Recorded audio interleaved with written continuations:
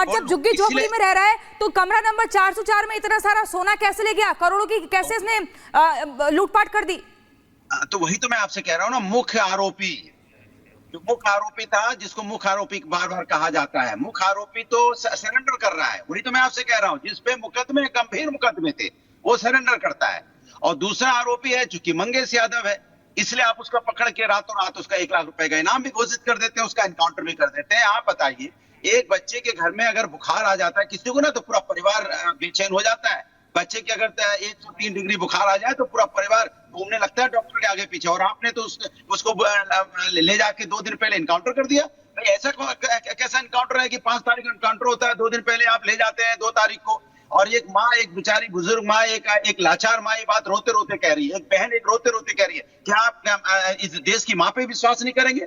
क्या कह रही है माँ और बहन? क्या कह रही है जरा बताइए, क्या कह रही है वो क्या कह रही है? नहीं कह रही है कि 2 दिन पहले ले गए, 2 तारीख को लेके गए, उसके बाद आपने उनकी माँ और बहन का वर्जन सुना? वो कह रही थी कि उनके घर में नहीं, बल्कि वो 2-3 महीने से बॉम्बे में रह रहा है, मुंबई में रह रहा है, वहां पर कमाने के लिए गया हुआ है। फिर घर से कहां से उसको पकड़ लिया? अरे मेरी बात तो सुन लीजिए, जो मैं आपसे कह रहा हूँ, जो उन्होंने कहा, एक माँ ने जो, अरे सुन तो लीजिए, वर्जन रोज देखिए।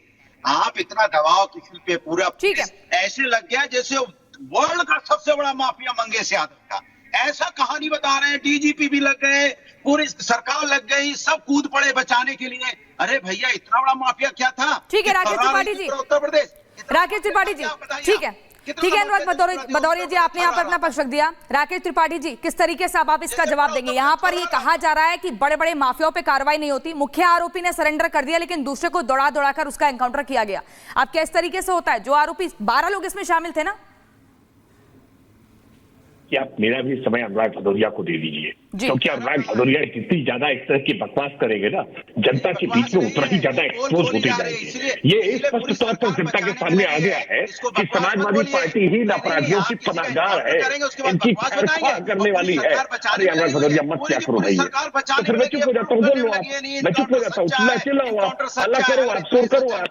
यही आपका चरित्र है ना, मूल चरित्र है समाजवादी पार्टी का, अपराधियों के पक्ष में खड़े हो जाना, अपराधियों की वकालत करना, अपराधियों के मारे जाने पर, अपराधियों के जेल जाने पर आंसू बहाना, छाती पीटना, मातम बनाना, ये आपका चरित्र है, मैं जानता हूं। और इसलिए मैंने कहा था कि मेरा समय भी अनुराग भदौरिया को दे दीजिए, ताकि अनुराग भदौरिया का ये चाल, चेहरा, चरित्र जनता के सामने ठीक से आ जाए, जनता ठीक से इस बात को देख ले कि कैसे समाजवादी पार्टी अपराधियों के पक्ष में लामबंद होकर के खड़ी है और अपराधी के लिए कैसे तरह के कुतर के करने का काम कर रही है। जबकि मंगेश यादव कोई दूध का धुला नहीं, जिसके खिलाफ जौनपुर में, सुल्तानपुर में, प्रतापगढ़ में दर्जन भर मुकदमे हैं, जो 2 बार जेल गया है। ये बात उसकी बहन और उसकी माँ इस बात को कंफर्म कर रही थी, वो जेल गया है।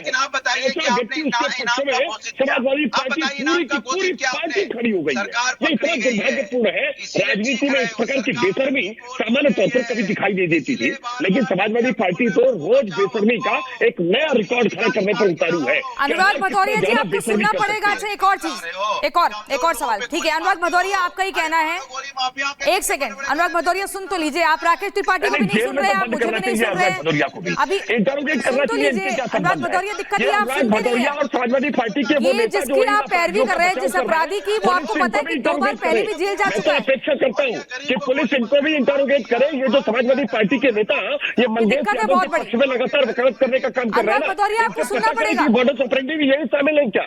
क्या इनके लिए ठेके पर वो इस प्रकार के लूट करने का काम कर रहा था? ये अनुराग भदौरिया को जितनी पीड़ा है ना, उससे लग रहा है कि ठेके पर काम अनुराग भदौरिया ने दे रखा था, और अनुराग भदौरिया के ठेके पर किए गए इस काम में सफल हो गया। बड़ी पीड़ा इनको पहुंची है, इसलिए अनुराग भदौरिया को भी इंटरोगेट करना चाहिए। आज चर्चा होगी एक बड़े विषय पर हम आपको बताएंगे, गुंडों पर शूल नहीं कबूल।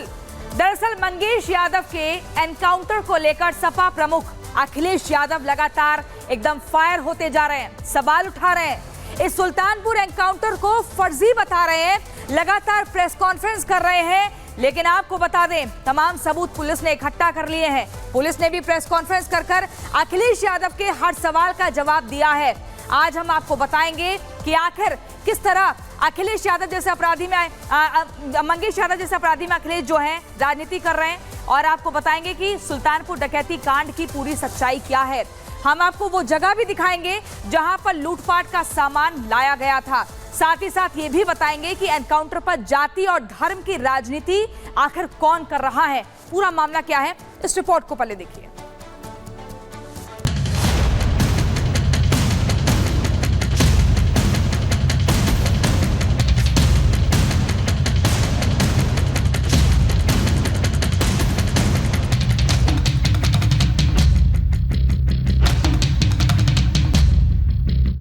मंगेश यादव एनकाउंटर का सबसे बड़ा सबूत सुल्तानपुर डकैती का रायबरेली कनेक्शन। कमरा नंबर 404 में रची गई डकैती की साजिश। रूम नंबर 404 में ही लाया गया था लूटपाट का माल। आज भले ही एनकाउंटर पर सियासी खींचतान जारी है, अखिलेश यादव बार बार एनकाउंटर को फर्जी बता रहे हैं, लेकिन डकैती कांड का अब रायबरेली कनेक्शन भी सामने आ गया है। ये जो कमरा नंबर 404 आप देख रहे हैं, ये वही जगह है जहां मंगेश यादव ने अपने साथियों के साथ मिलकर लूट की साजिश रची और फिर डकैती का माल लाकर इसी कमरा नंबर 404 में छिपा दिया। ITI कॉलोनी का यही वो 404 नंबर का घर है। घर का ये दरवाजा कुंडी खुली हुई है, खोलकर हम अंदर चलते हैं, आपको डिटेल दिखाते हैं। इसी घर में वो लुटेरे बताया जा रहा है कि 1 महीने पहले से रह रहे थे। ये घर के अंदर की तस्वीरें हैं, ये गद्दे बिछे हुए हैं, उन लुटेरों के कुछ गमछे, कुछ कपड़े, कुछ सामान भी रखे हुए हैं। यहीं पर लाकर लूट का सारा सामान रखा गया था। दरअसल 1 महीने पहले से इसी घर में रहकर वो पूरी साजिश भी रची गई थी कि कैसे होना है, क्या होना है, कैसे करना है। देखिए उनका तमाम सामान यहाँ पर जो नमकीन की पैकेटें हैं, कपड़े हैं, पंखा है, वो सब बिखरा हुआ दिखाई दे रहा है। इन्हीं घरों में आकर वो रहे थे, यही वो पूरी जो साजिश है वो रची गई थी। ये सबूत है अखिलेश यादव और उन तमाम लोगों के जो एनकाउंटर को फर्जी बता रहे हैं, यूपी पुलिस पर सवाल उठा रहे हैं। खाली कमरा है, इनमें अलमारियां हैं। पुलिस ने यहाँ पर पहुंचकर पूरे कमरे की तफ्तीश की, पूछताछ अड़ोस पड़ोस के लोगों से भी की, कौन थे ये, यहाँ कैसे रह रहे थे। ये अलमारी है और इन्हीं कमरों में, इन्हीं जगहों पर रहकर वो पूरी साजिश रची गई थी, वो पूरी प्लानिंग की गई थी कि कैसे अटैक करना है, क्या कुछ होना है। जो हमलावर थे, जो मूल साजिश करने वाले थे, जिनमें से एक ने कोर्ट में सरेंडर किया, 2 का हाफ एनकाउंटर हुआ, एक मंगेश का एनकाउंटर में मौत हो गई। ऐसे 1-2 नहीं बल्कि तमाम सबूत हैं जो ये बताते हैं कि मंगेश यादव 28 अगस्त को ज्वेलर्स की दुकान में डकैती डालने में शामिल था। जौनपुर पुलिस ने मंगेश यादव की गिरफ्तारी से पहले उसके घर पर दबिश दी थी। इस दौरान मंगेश की बहन ने 2-3 महीने से मंगेश के बाहर होने की बात कही थी, लेकिन जब एनकाउंटर हो गया तो उसी बहन ने मंगेश को जबरदस्ती घर से उठा ले जाने का दावा कर दिया। यहाँ नहीं है। तुम्हारा नाम क्या है? हमारा नाम Prince Yadav. Prince Yadav. Prince Yadav क्या लगती हो मंगेश के? उनकी बहन है। मंगेश कई बार जेल गए हैं? सर 2 बार। कहाँ से? सर जौनपुर से एक बार सुल्तान।